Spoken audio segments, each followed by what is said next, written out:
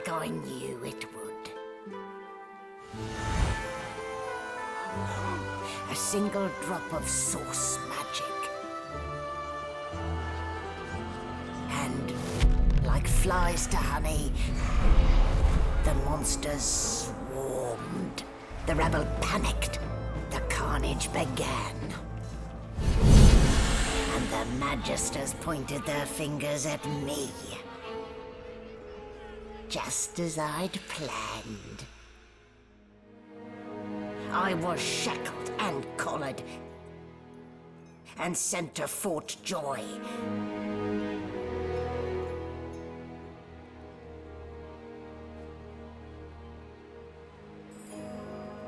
I'd come here to kill Godwoken. But instead, I became part of their story.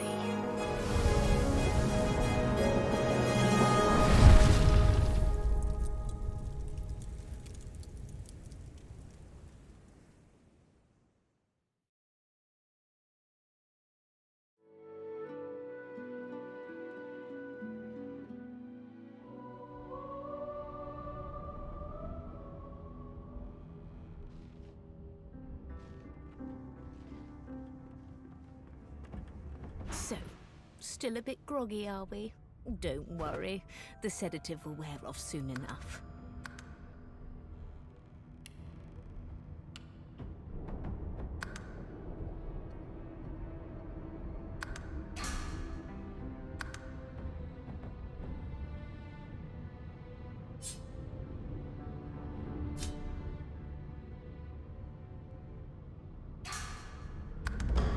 Easy now.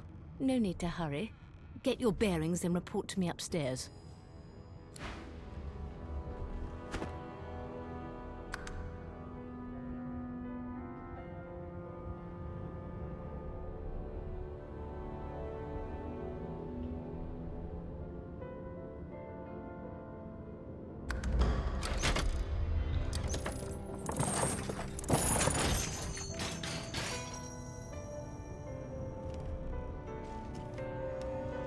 So it wasn't a dream after all.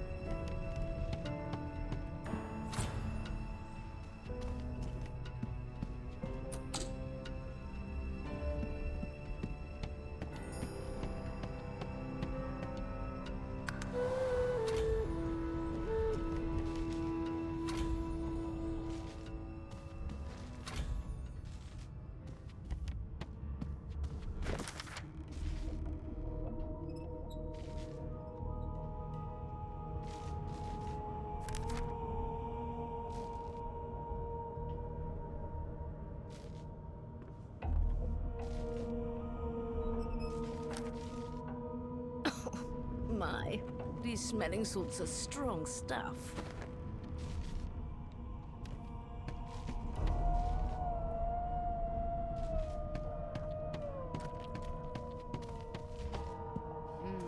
There you are. Not too tight, I hope. The collar, I mean. Oh, not to worry. Every dog has to get used to its leash.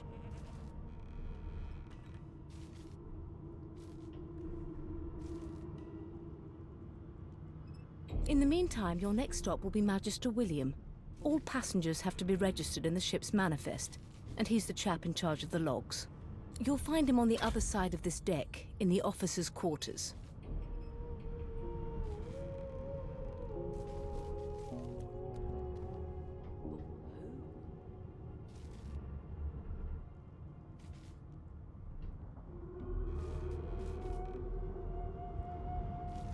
Why, for my peace of mind, of course. Why don't you try casting one of those source spells of yours? See what happens.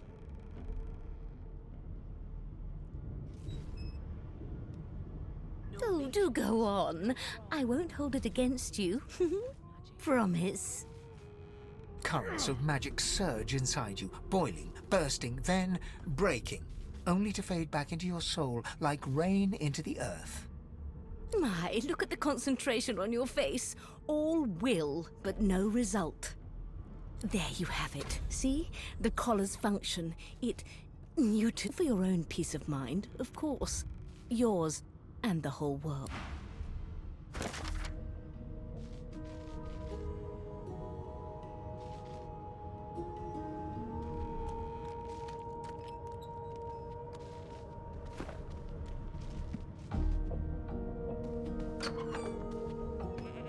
Good gods.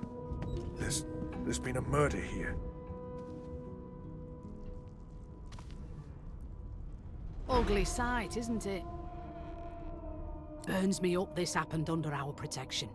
We're extremely lucky no Voidwalker followed the source that did this.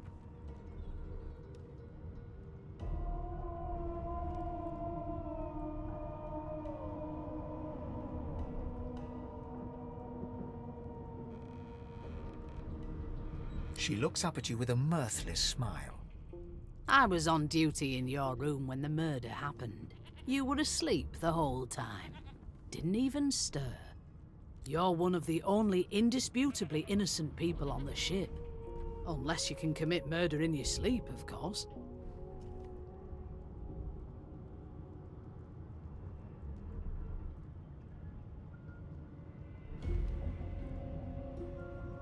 Finn was killed by Source. If a Magister could do that, there wouldn't be a Magister. It looks more like a passenger managed to slip their collar.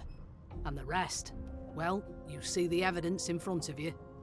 Listen, I could use someone to keep their ears open among the passengers. Sometimes they clam up in front of a uniform. Bring me a good lead, and I'll throw in a shiny gold coin for you. How about that? Thanks. I just want to catch whoever did this before they hurt anyone else.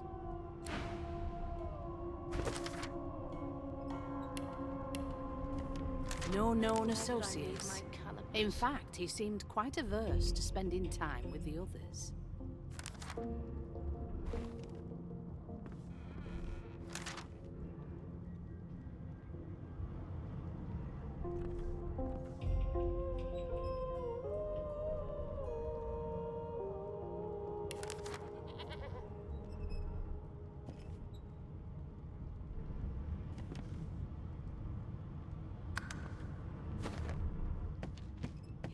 This is a rare kind of magic. I'll need to write to headquarters right away. Dallas is such a dear lending into me.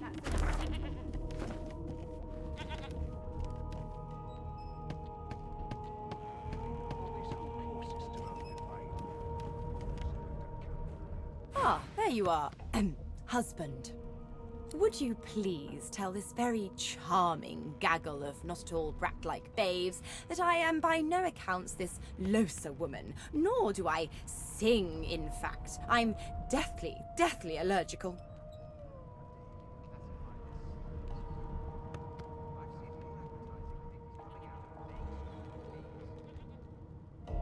The young woman seems about to raise her hand, but quickly remembers herself and nods pointedly at the excited children. Who indeed? Why, my name is, Madame Josephine Gribbles de Peeb. The children break out into giggles. I say, it is. Her pinched face cracks into a great grin, and she shoos the children away from her with a laugh. Yeah, okay, you found me out. Go on and get, and maybe I'll sing you something when I'm good and ready. She turns to you, dark-eyed and dirty-haired, and smiles flatly. Gotta keep ourselves entertained, haven't we?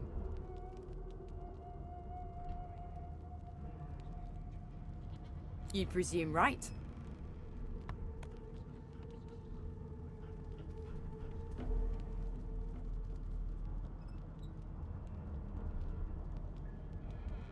Thanks, but I already belong to an elite and exclusive ship gang.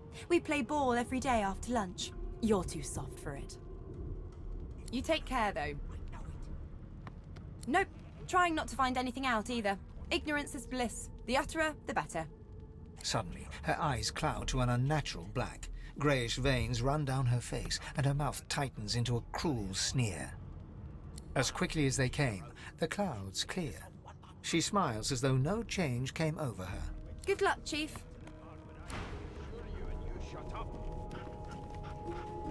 You think me mad? Name? The Divine Order wants to know. Well, you aren't here on my list. Scram, mate. We're trying to catch a killer here.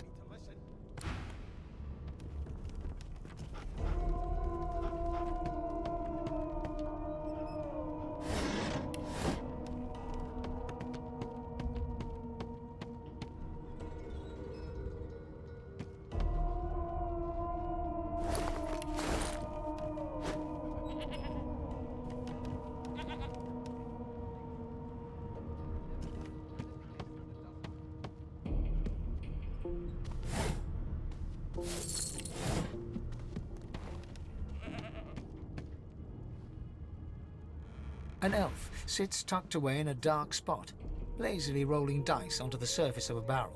They sound like the dry cackling of an old witch. Snake eyes. She chuckles. I bet that's just what they'll look like. Rolling dice. Deciding fates. She eyes you quite seriously. Not the future, no. But I can read the past in flesh. One of the perks of being an elf, you see. I'm quite good at it, too. I could lick your arm and tell you how you spent the night before last. Shall I? She gives your arm a vigorous stroke of the tongue, efficient like a cat grooming. You were in a cellar with other sorcerers.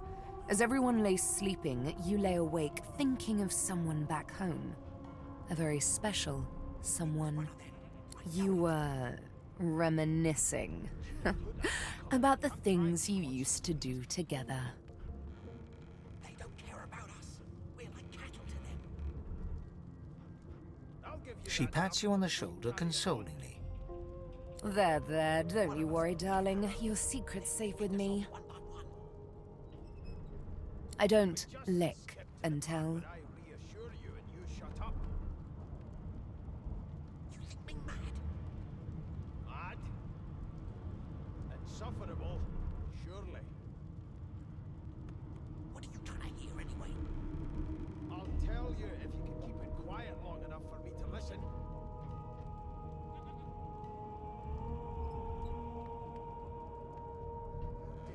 Classified as slop as food. I've seen more appetizing things coming out of plague-stricken pigs.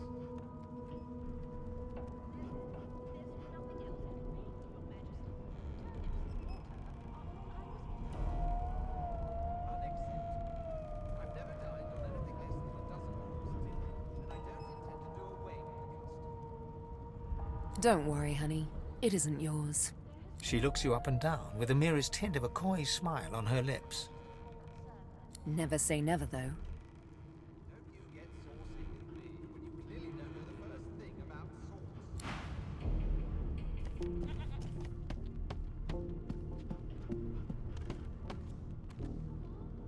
I'm busy watching for clues, sorcerer. Go take your sub-story somewhere else. A scruffy man lounges against the wall with scarred arms folded. A sly smile playing on his face, he stares across at the Magister guarding him. Noticing you, he straightens and beckons for you to come closer. Watch your back, new fish. There's a murderer on board, and I'd bet 3 months' pay it's this trampy fan. Rolling his eyes at the Magister's warning, the man named Ifan beckons again. He leans in and adjusts your collar with a sharp tug, balancing its weight so it no longer presses unpleasantly on your neck. He winks. Pinches less that way, right? Hocking a phlegmy gobbet in your general direction, the sullen Magister settles back to his task of glowering at Ifan. And now, you. We used to know each other, more's the pity. I was his commander many, many, many moons ago. Isn't that right, Vic? coming out of plague Standing far back from Ifan, the tight-faced Magister draws one finger across his throat in an elaborate fashion, but says nothing. Ifan grins, flashing pointed white teeth. Same as he was at 14 years old. Only difference is somebody gave him a bigger sword and now he's Johnny Big Pants. There has been a murder, Your Majesty. Maybe that has the Magister's more concern. Long story. Maybe I'll tell you about it in the Joy. Away from interested parties. No. The dead man, Finn, is it? I'd no business with him. And I wouldn't put a man down without good reason.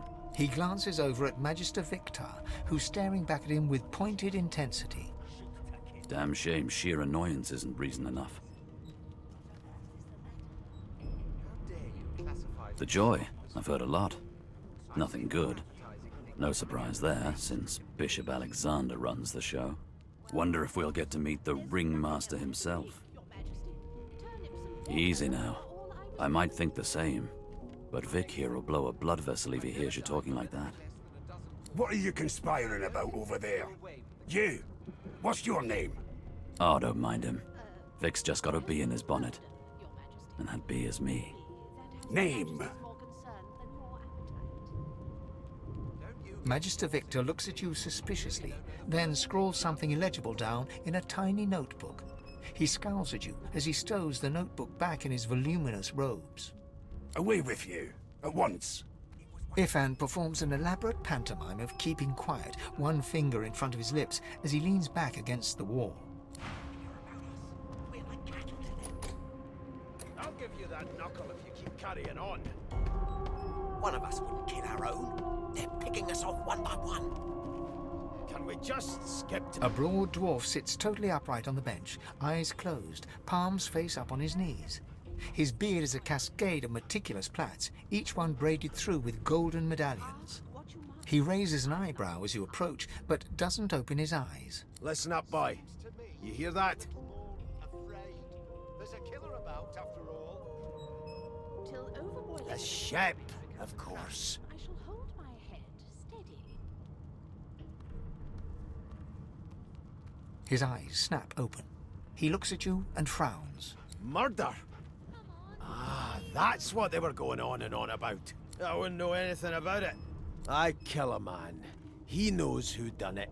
His daddy knows who done it. And the mayor knows who done it too. His eyes flutter shut, and he assumes his position of repose once more.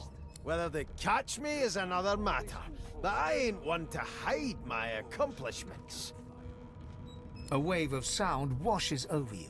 The unintelligible chatter of your shipmates, the groaning of wood from floor to ceiling, the boom, crash and crackle of waves around you, complaints from the sea itself.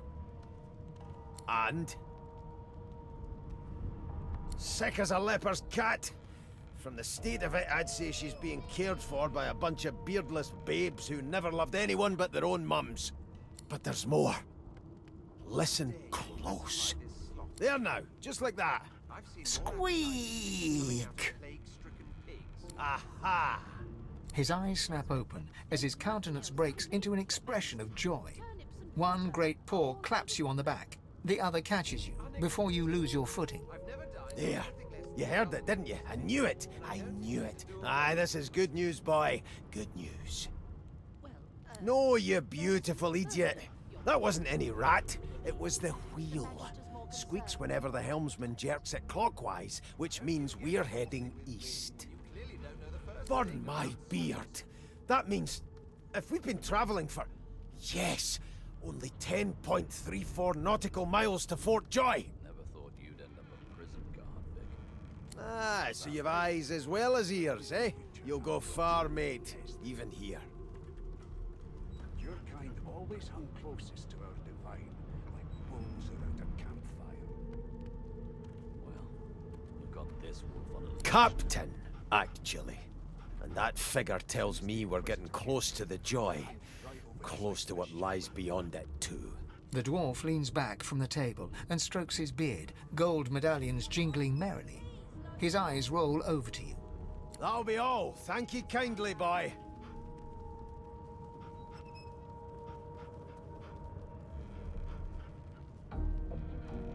He continues stroking his beard, a beatific smile on his lips, and doesn't acknowledge you anymore. Never thought you'd end up a prison guard, Vic. Is that right? I always knew you'd turn out rotten, Ben Nest. Your kind always hung closest to our divine, like wolves around a campfire. Well, you've got this wolf on a leash now. Soon as the Inquisitor gets here, we'll hang you right over the side of this ship with it. It was one of them. I know it. I spent my life singing for my slaves to bring me my supper. Finer fare than boiled roots and rotten tubers, too. Meanwhile, the Magisters feast on honeyed meat behind this very wall. The indignity. Can we just skip to the part where I reassure you and you shut up? You think me mad? Well, well. What have we here? A fresh face in this stale hell. Let's size you up, shall we? See if you'll do. The lizard looks you up and down, like a farmer would a fetching horse. All of a sudden, he grips you firmly by the chin, with the intent of inspecting your teeth. There's some discoloration, but I've seen worse. After all, one can't expect to find prime merchandise on a squalid little ship like this. Now then, to business. You will answer me 3 questions. The first one is this. Can you cook? Oh, goodness, no. And don't even mention the demon's testes that are turnips. On to the second question. Can you knit, weave? In short, tailor? Oh, but to feel the caress of satin on my scarlet skin once more. A most satisfactory answer indeed. On then to my final query. Have you the ability to administer the upkeep of one's personal appearance? The delicate art of cosmetics is what I'm after. I'll give you that knuckle if you keep carrying on. One of us wouldn't kill our own. They're picking us off one by one. The very basics, then. I suppose that's a start. So, 3 questions asked, 3 questions answered. Let's evaluate, shall we? As per your own testimony, you can tailor and groom, but you have the taste buds of a dung beetle.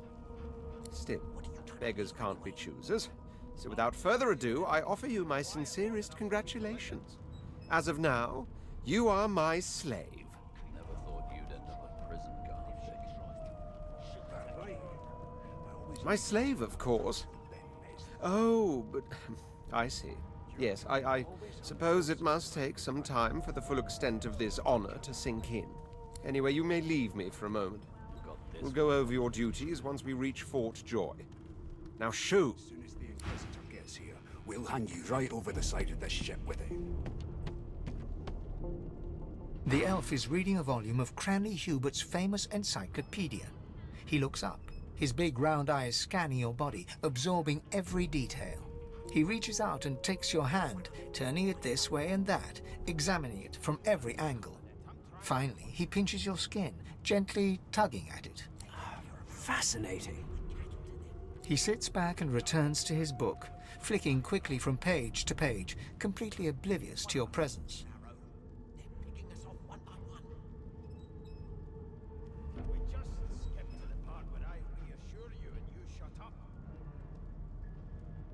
You think me mad? Ah, yes. The niceties. My name is Fane. I am a scholar from... well, I am a seeker of knowledge.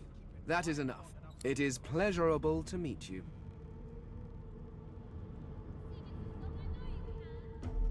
Hardly. I've been reading this one for several minutes, and I have yet to find a single insight into the mysteries of the universe. It is simultaneously too detailed and insufficient.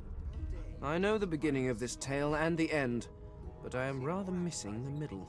Tell me, what do you know of our world's history? There's nothing else I can make, Your Majesty. Turnips and water are all I was given. Unacceptable. I've never dined on anything less than a dozen-course dinner, and I don't intend to do away with the custom. Oh, please. I have no interest in that. Your books are too full of it already. No. I want to know about the Celestial. I want to know about your gods. This text tells me that they created all creatures, but nothing of what came before. Where did these gods come from? Who are their people? Where are the others of their kind? They don't care about us. We're the cattle to them. Of course you don't have any useful information. Why did I expect anything else? Now please, run along. I have a world to decipher. No amount of pestering will get the elf to take his eyes off his book or respond to your questions. Mad? Here to register, sir. Good, good. Magister Williams is just about done with the last passenger. You faring okay so far? Trust me, with Bishop Alexander in charge, things will get a lot better from here on out. He's God-woken, you know. You head on in now. Williams will get you sorted fast. And if she tries to... Standing at the center of the room, you spot a sorcerer haughtily eyeing a pair of nervous-looking magisters. They keep their crossbow trained upon her as she's being interrogated by an officer. So you admit it then? You murdered that poor fella? Yes, I did. But of course, that was only the beginning. She turns her head and looks you straight in the eye. There are others whose lives must end.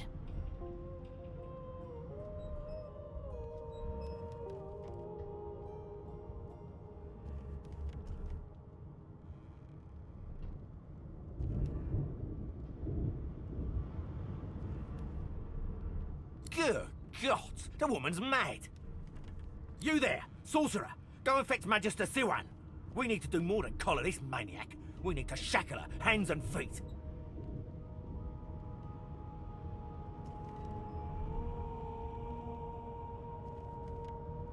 It means your journey draws to a close. Do stick around for its finale, though, because... She reaches for her collar and simply removes it. I'm just about to create a scene. Subdue her, men, quickly! If she casts source, the Voidwoken will come. They'll end us all. She smiles with wicked satisfaction. Precisely.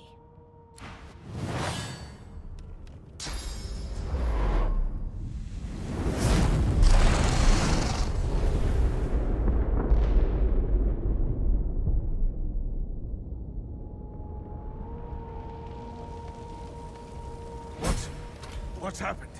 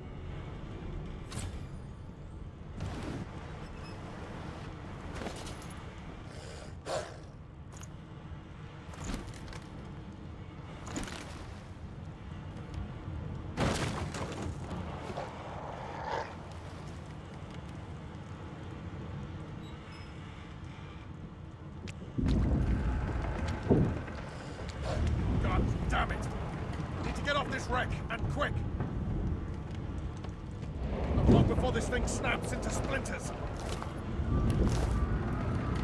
Great gods! Something's pounding on the hull! The marking on the door was painted recently, judging from its pungent scent. You don't recognize the symbol, but it's clearly warning you away. You press your palm against the door to open it. The wood feels neither cold nor warm, but it doesn't budge.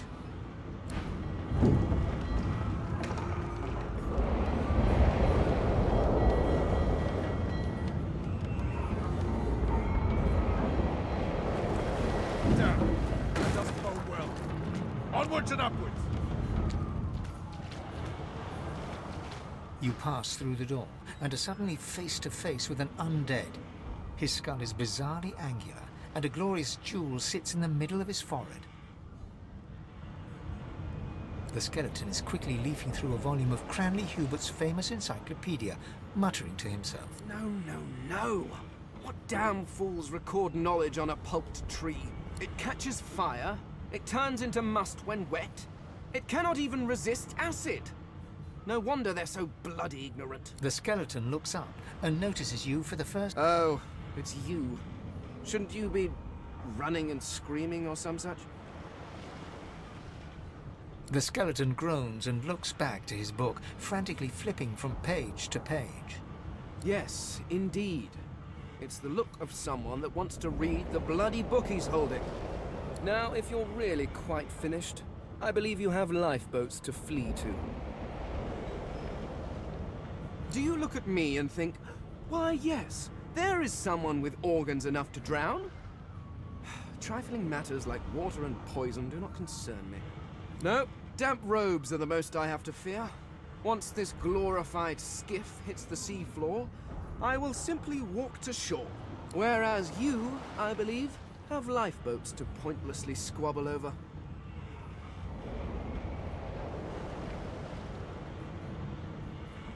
The skeleton holds up his book in one quick, frustrated movement. I am trying to discover if there is anyone worth saving, and I will be damned if I let the lives of some mayflies get in my way. Go on, go, swim or drown or do whatever takes your fancy.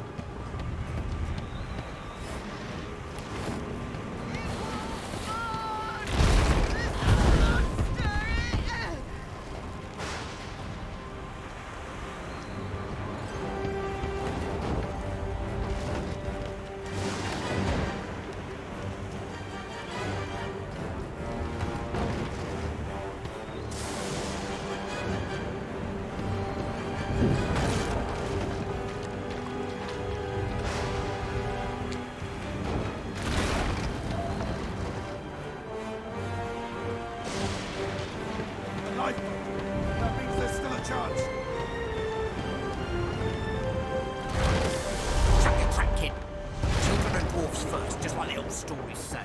The dwarf yanks at one of the nearby ropes to no avail. You said there were other people down there. We need to help them. Do you see those tentacles, kid? It's time for getting the hell out of here.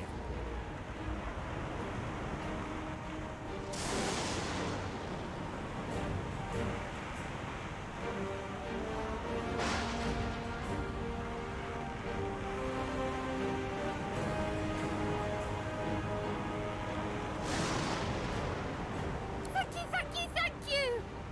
There's a ladder right over there. We can go straight down. You're gonna be the death of us, you hear?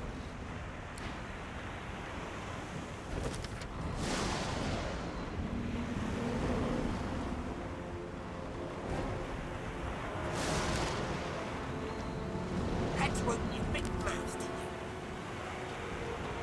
You should never leave someone behind.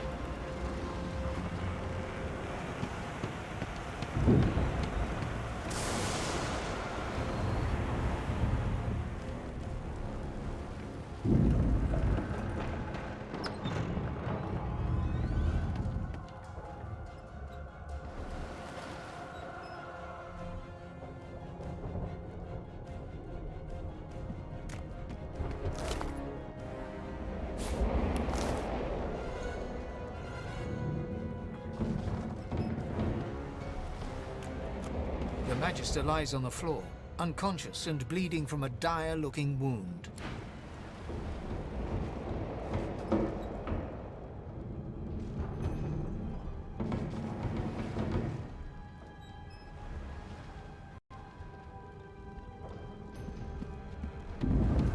If you can walk, get yourself up the ladder. There's a... Wait! Find Woken!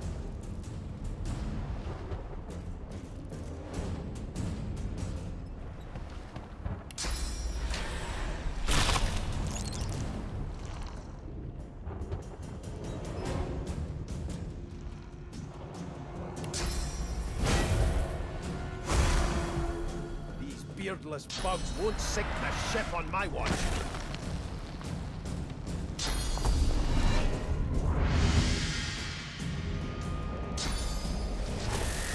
I'll yield to none. I thought Void Woken was supposed to be scary.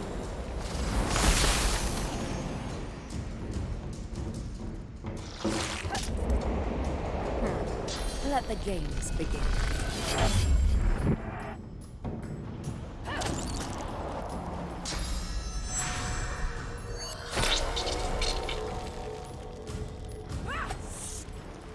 They who are about to triumph.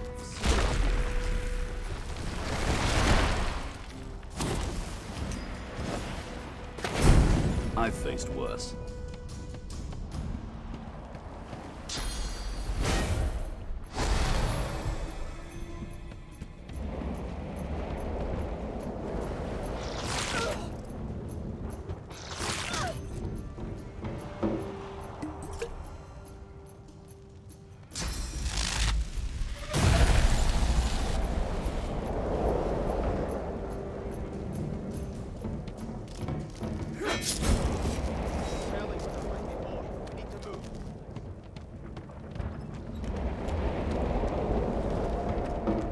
Let's not tarry. This old tub is about to burst. I hear something. Had to open your big mouth, didn't you? Sounds like she needs help.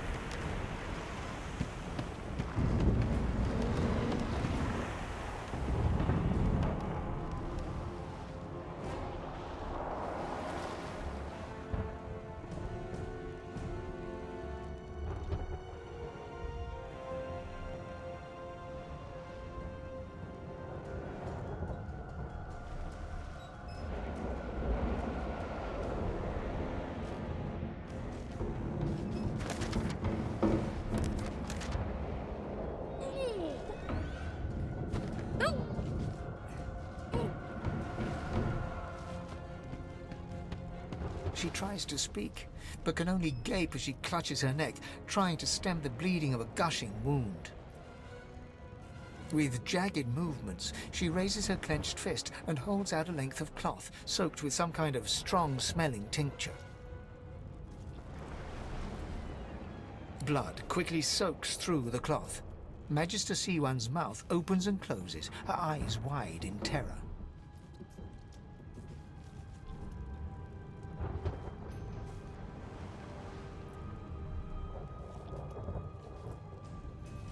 It's working. The pressure is stemming the flow of blood. C1 clutches your arm, her eyes locked with yours. Something within the ship snaps.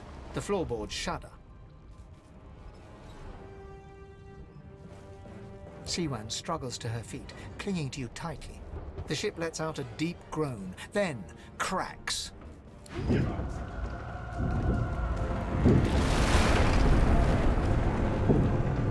ripping the ship apart!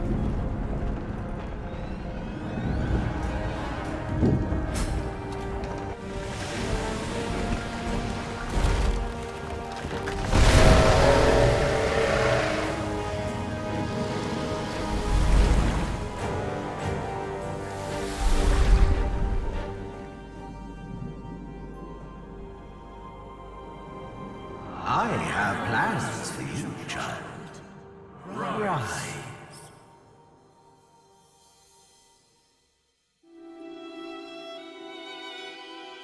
Honorable Dallas, we lost a ship sailing sorcerer prisoners to Fort Joy. We assume some escaped and broke their collars. Their vile magic lured the Voidwoken. All who were aboard are presumed dead. Yours faithfully into eternity, High Judge Oriven.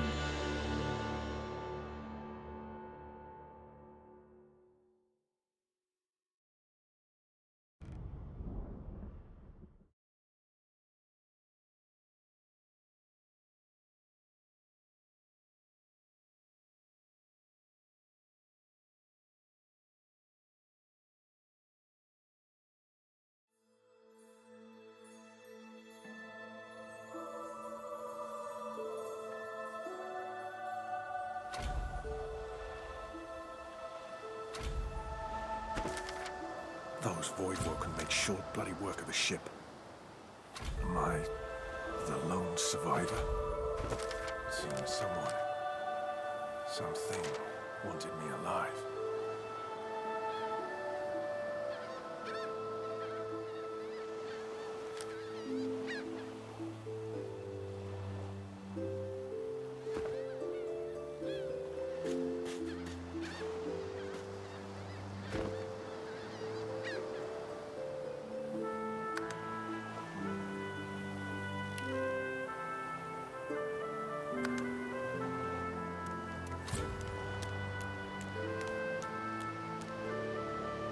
I thought the Order would get rid of any trace of the old Source King.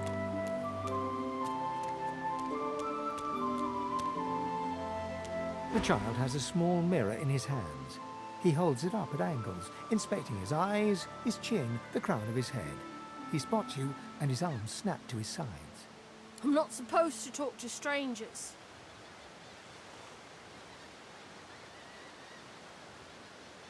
Why?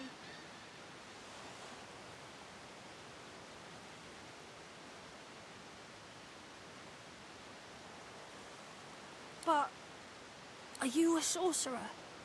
One of those guys that brings the bad void things here?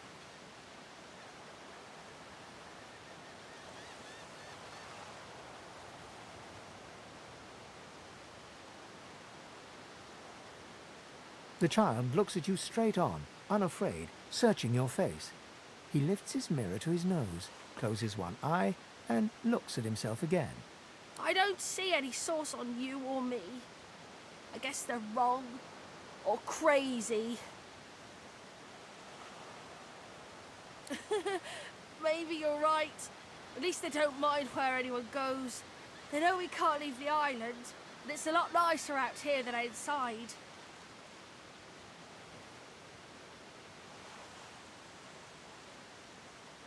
But you didn't die.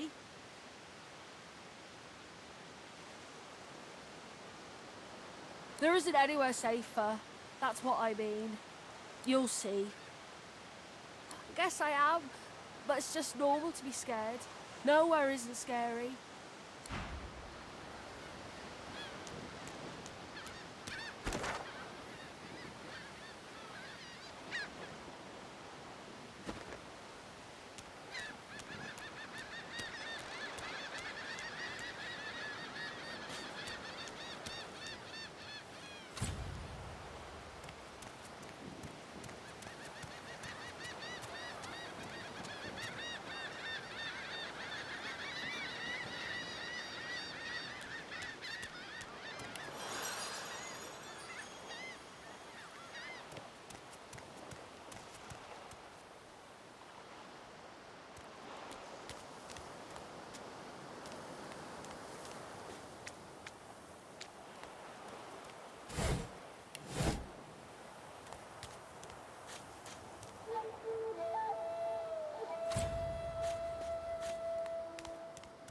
Voidwoken. Those are the same beasts that sank our ship. Damn. They've made it to shore.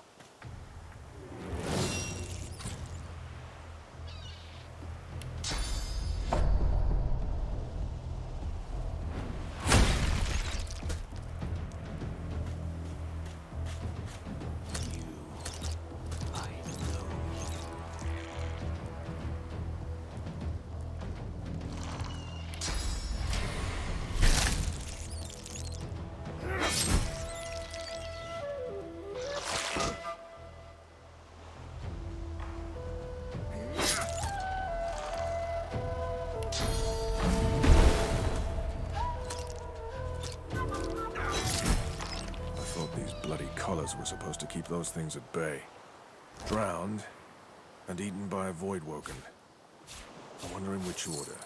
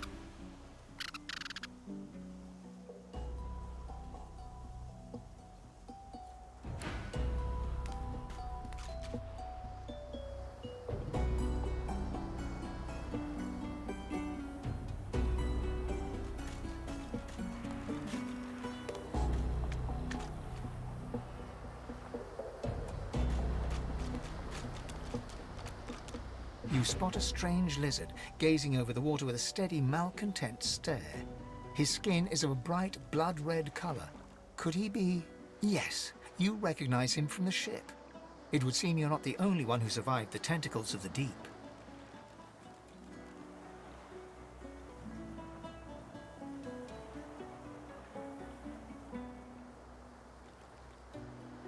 The lizard turns about with the graceful ease of a dancer, or a duelist. You lock eyes with his, two smouldering embers that sizzle your very soul. I did survive, yes. And chances are I wouldn't have, had you not returned to the aid of your fellow passengers down in that dreadful hold. You have my gratitude. Hand over heart, he salutes you with a bob of the head. More than a nod, though less than a bow.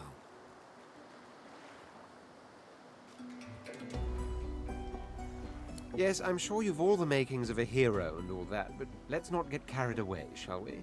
Nevertheless, one good turn does deserve another, so as far as the whole slave business is concerned, let's just forget about it. You may as well have your freedom. Now then, if there's nothing further... If you really must know, I haven't quite decided yet. I've a frightful amount of things on my mind, hence my standing here contemplating the waves. He sighs dramatically. Tell me, what do you see when you cast your glance over this ocean?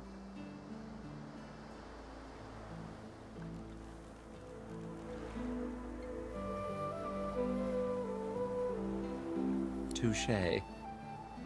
He looks out over the water once more, and so do you. A few tranquil moments pass as the waves lap against your thoughts.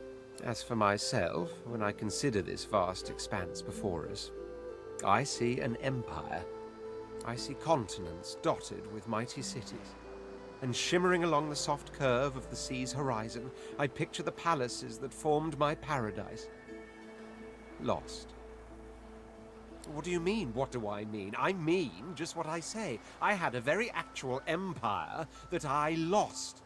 Suddenly, having all the air of being deeply offended, he stares at you with utter incredulity. Well, don't just stand there gawking like an ape at an abacus.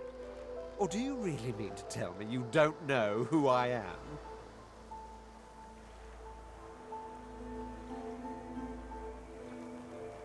Oh, may the Seven have mercy on their own creation.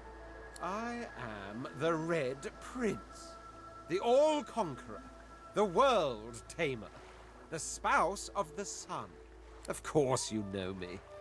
There's a brief moment's pause, during which his grandiloquent pose deflates ever so slightly. That said, I suppose I must own up to the fact that I find myself rather in between all-conquering and world-taming opportunities at the moment. The grandeur that is my fate has hit a bit of a snag. But never you worry. For the throne I was destined, and my throne I shall have.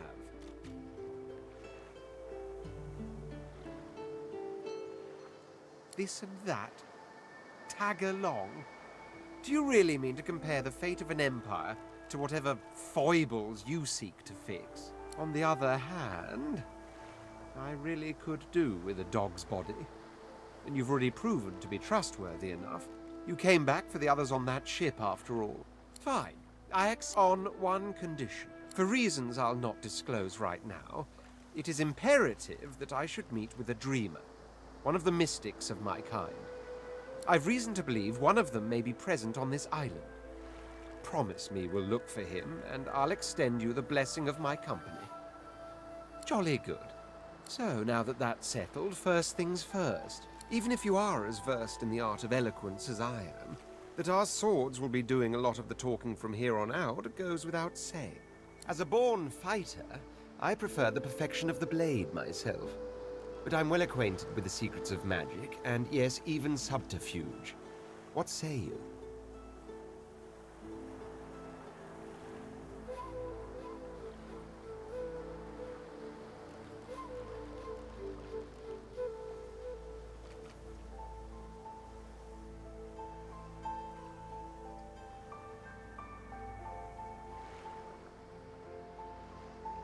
Wizardry is embedded in my nature as deeply as the instincts to breathe and drink and mate.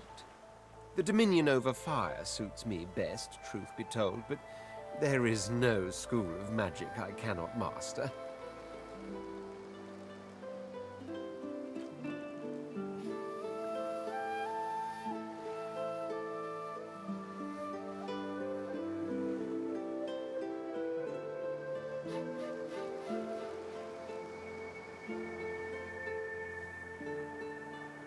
Very well. Onwards, then, to victory or death. The Red Prince nods and gives you a smile that wavers ever so delicately between courtesy and contempt. Now, as you're aware, you'll be traveling with a prince. Proper forms of address include Your Majesty, Your Royal Highness, or if you're feeling particularly frivolous, Milord. As your luck would have it, I seem to be fresh out of luggage, so you won't be required to carry my belongings. Of course, there are other forms of protocol to bear in mind, but I'll see to it you'll pick up the rest as we go. So, without further ado...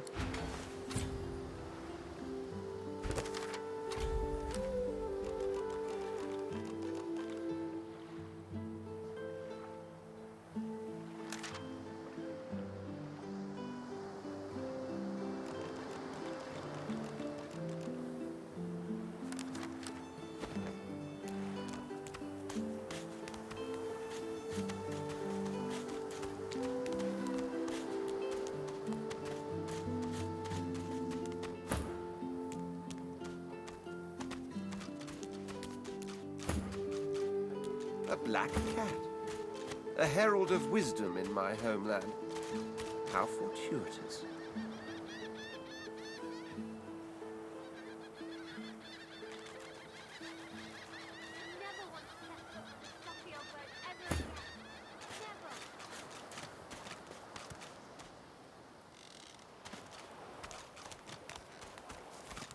Hey, mister. It's a lot nicer here than that stinking boat, huh? I'm sure glad you went back to save the others. Saw one of them wringing out their tunic at the shore a few hours ago. Say hi for me.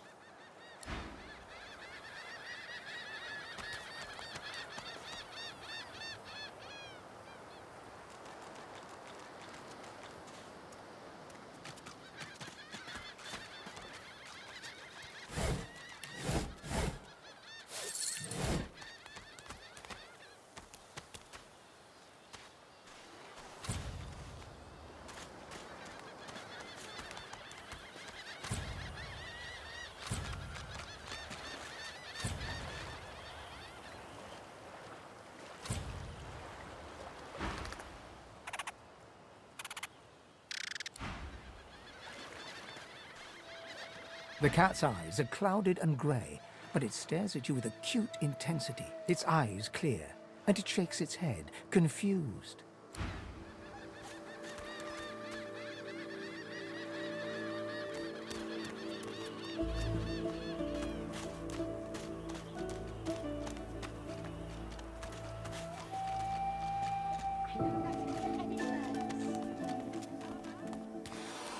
Quite right. Do seek my counsel. I highly recommend it. I intend to rule an empire one day, not a tiny outcropping in the sea, lording over gulls and guppy fish. To that end, I suggest we focus on the obvious. A farewell to Fort Joy and a hello to the mainland. Of course, I'd much appreciate it if we managed to find a dreamer first. We already know the truth, Magister. Now speak. As am I. A prince should die of old age or on the battlefield. Anything else could be construed as weakness of character.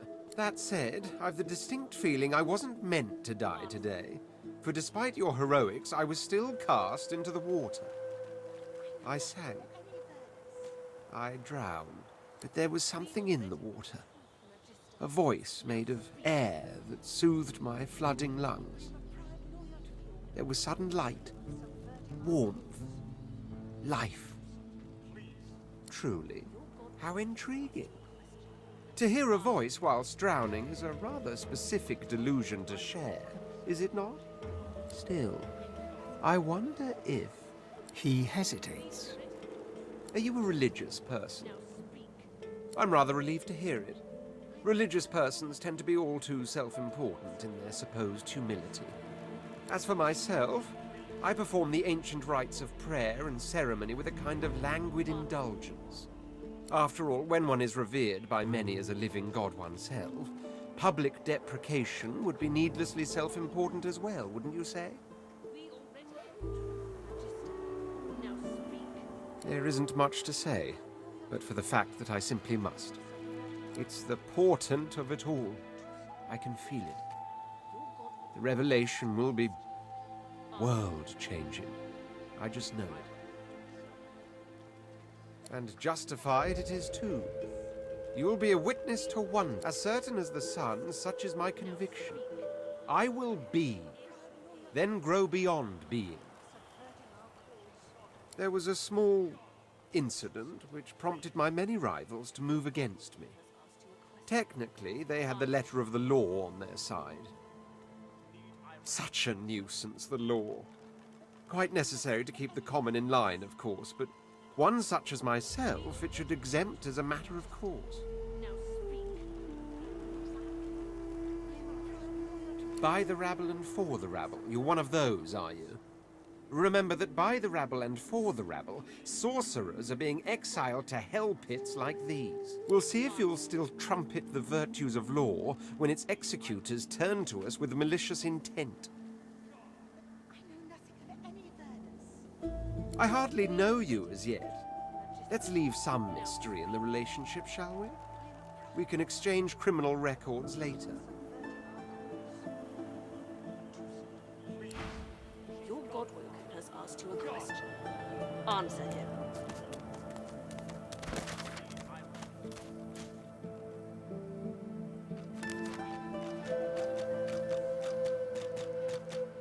We already know the truth, Magister.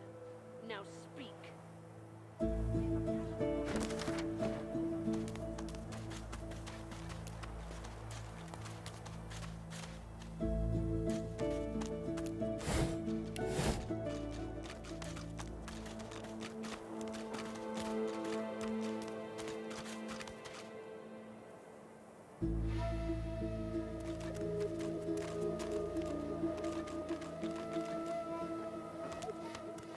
Quite right. Do seek my counsel. I highly recommend it. I intend to rule an empire one. To that end, of course, I'd much appreciate it if we managed to find it.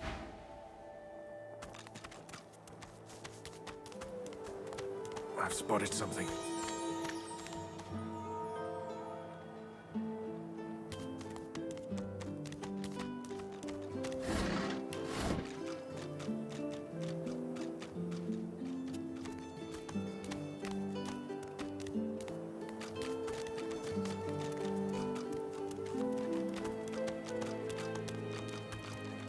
Wonder where this leads.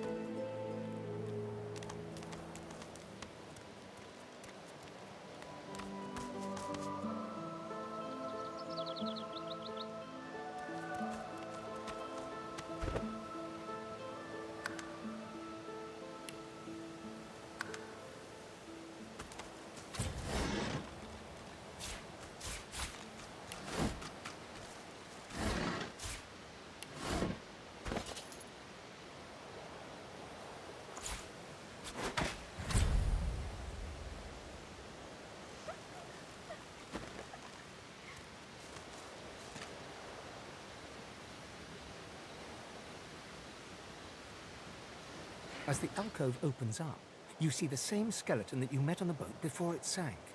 He's leaning over a corpse, prodding and pulling at the skin of its face. Bugger. How on earth am I supposed to... Oh.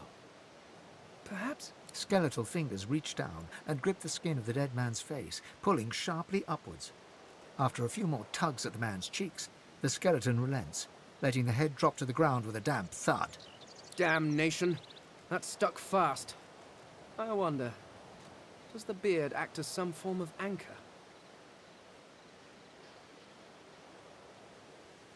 Ah! No! Stay back! Don't... Oh, it's you. I must admit I'm surprised. Perhaps you're more buoyant than I suspected.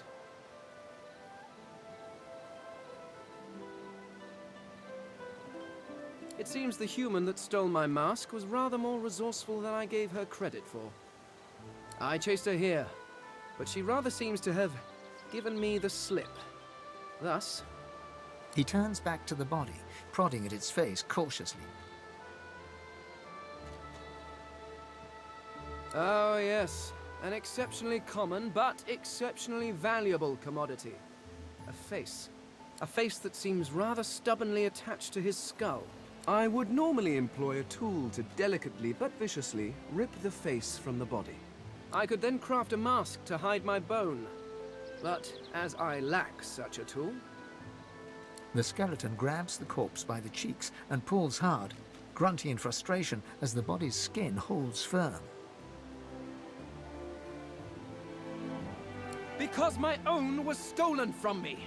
And the idea of being chased across Rivellon by every idiot with a torch does not appeal. Oh, get away! Monster! Hide the children! Oh, you are simple beasts. And you simply do not like my... Well, not my kind, but those that look like me. So, if I am to traverse this land, I will need a mask to disguise my features. Oh, don't be ridiculous. I have important things to do on Reaper's Coast. I cannot simply sit about waiting for the rest of you to die so I may continue my business in peace. No, I may be an eternal, but my patience has its limits. Indeed, I may be the only eternal. My people seem rather absent, at least from this realm. As for the others, well... There is an excavation site at the Black Pit's oil fields. Perhaps there I'll find my answers. A cult? Hardly. We were a race that existed before the idea of race was needed. We were all one. I could ask you to imagine an Eternal as a creature of incredible intelligence and skill. But I fear the limits of your imagination would not do us justice. We studied the mysteries of the universe. We created works of great art. We disappeared. But I will find them.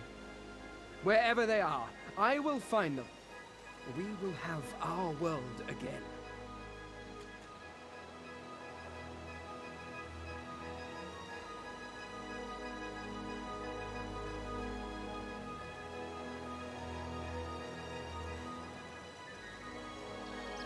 Well, that hardly seems relevant. But if you must know, I was inconvenienced for a time. Several centuries, in fact. Or perhaps millennia. One tends to lose track. I was sealed in a tomb for daring to be curious about the world. It seems our king did not agree that the universe should be explored to its full potential. Perhaps I should thank him. It seems I was spared whatever happened to the others. I wonder if flowers would be appropriate.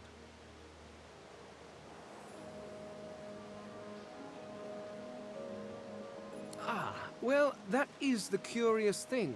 They are clearly absent from this world, and yet they are everywhere. Every one of your races resembles them in some manner, and the statues you have built to your gods look remarkably familiar. Perhaps my people have ascended to some new realm, or perhaps your gods are merely a folk memory.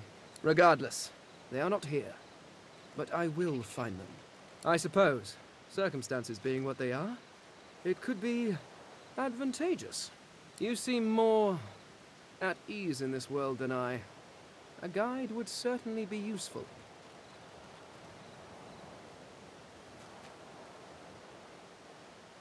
Excellent. While we are conversing, perhaps you notice that I am rather skilled in... well, of course the arcane arts are my little speciality, but being a brilliant wizard does not mean I cannot handle blade or bow. I could do that with one hand behind my spine. Now, shall we get on? There is rather a lot to see. Splendid. Very well. Let's be off.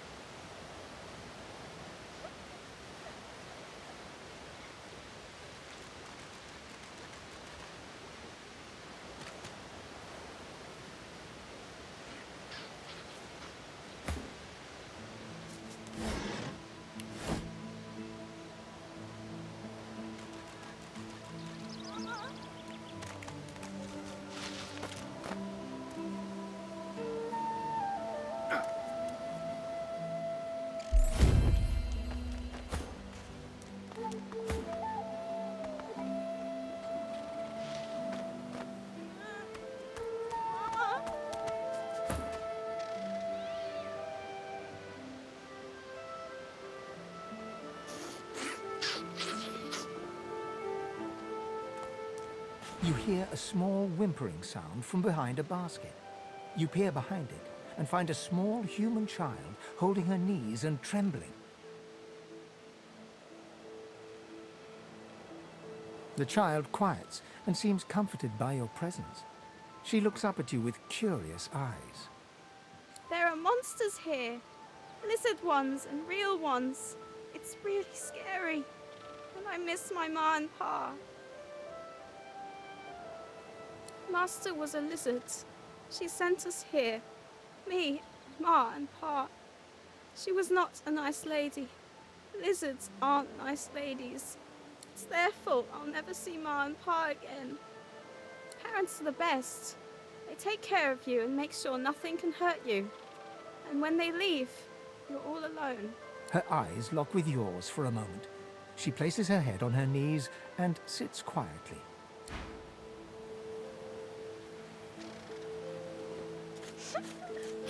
Go! Get out! You are not welcome here! Go, man-pig! She eyes you suspiciously. Please. Please.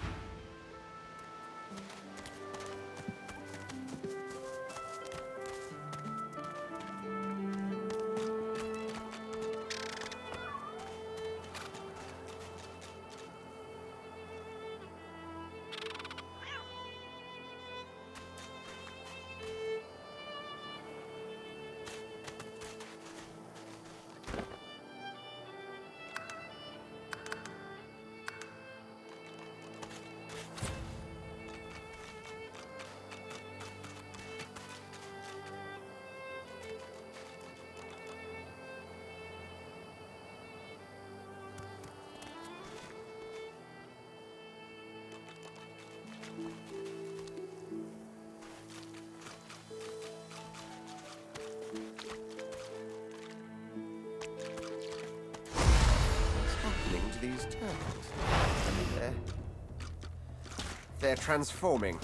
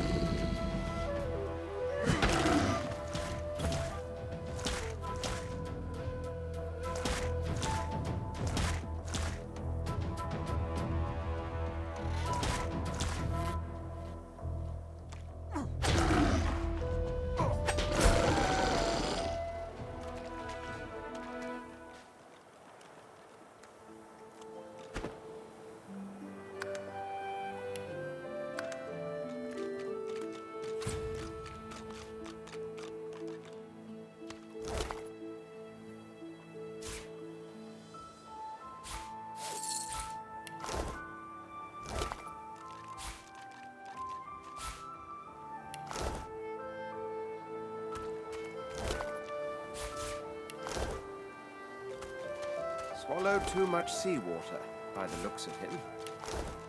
Foolish to attempt an escape by sea in these waters.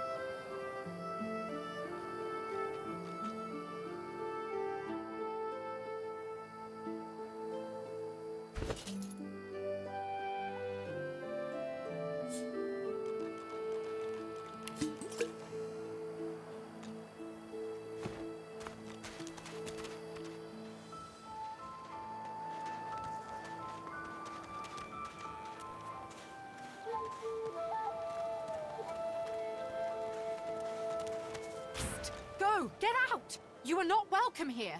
Go, man-pig. She eyes you. Please.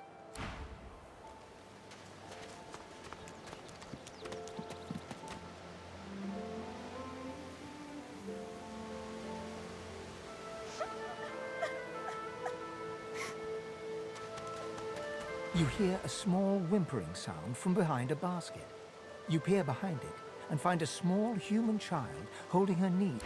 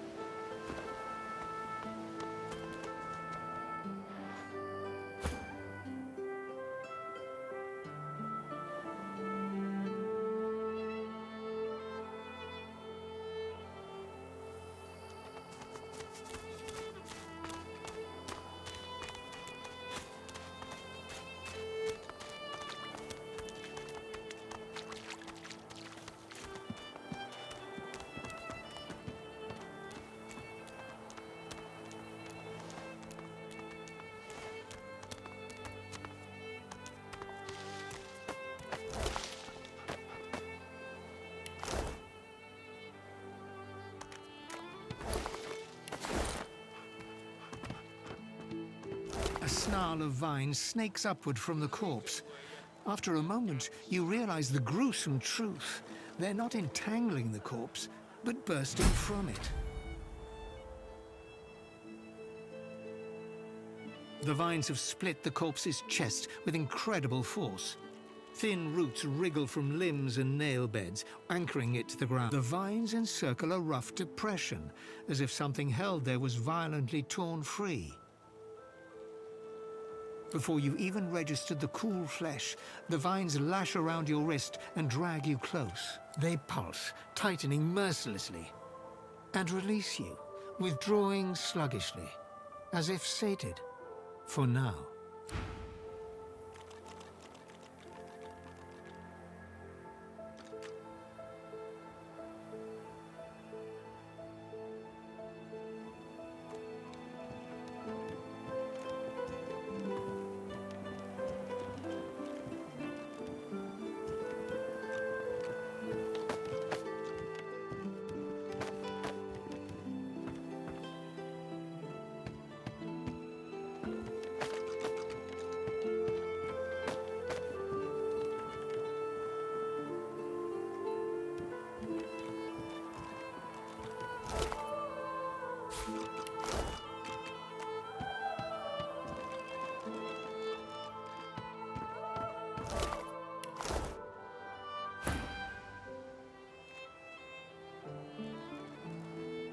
Sir, we've got company.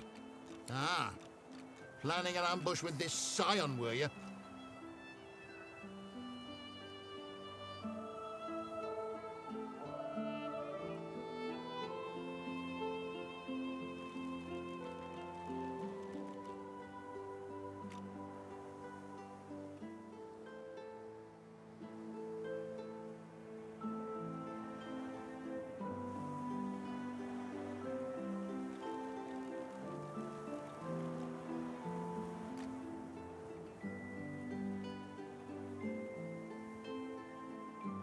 The witch don't fool me. She's wrecked this ship by herself, with a collar on.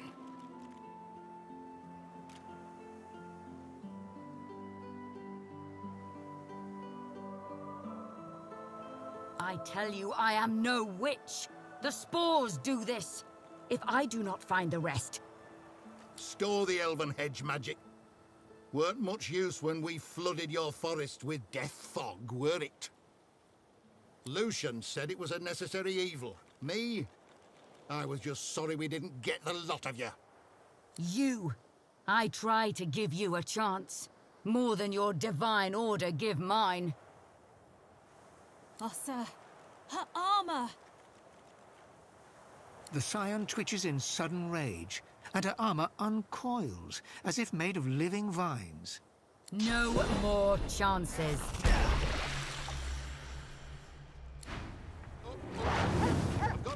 bit for you to chew on.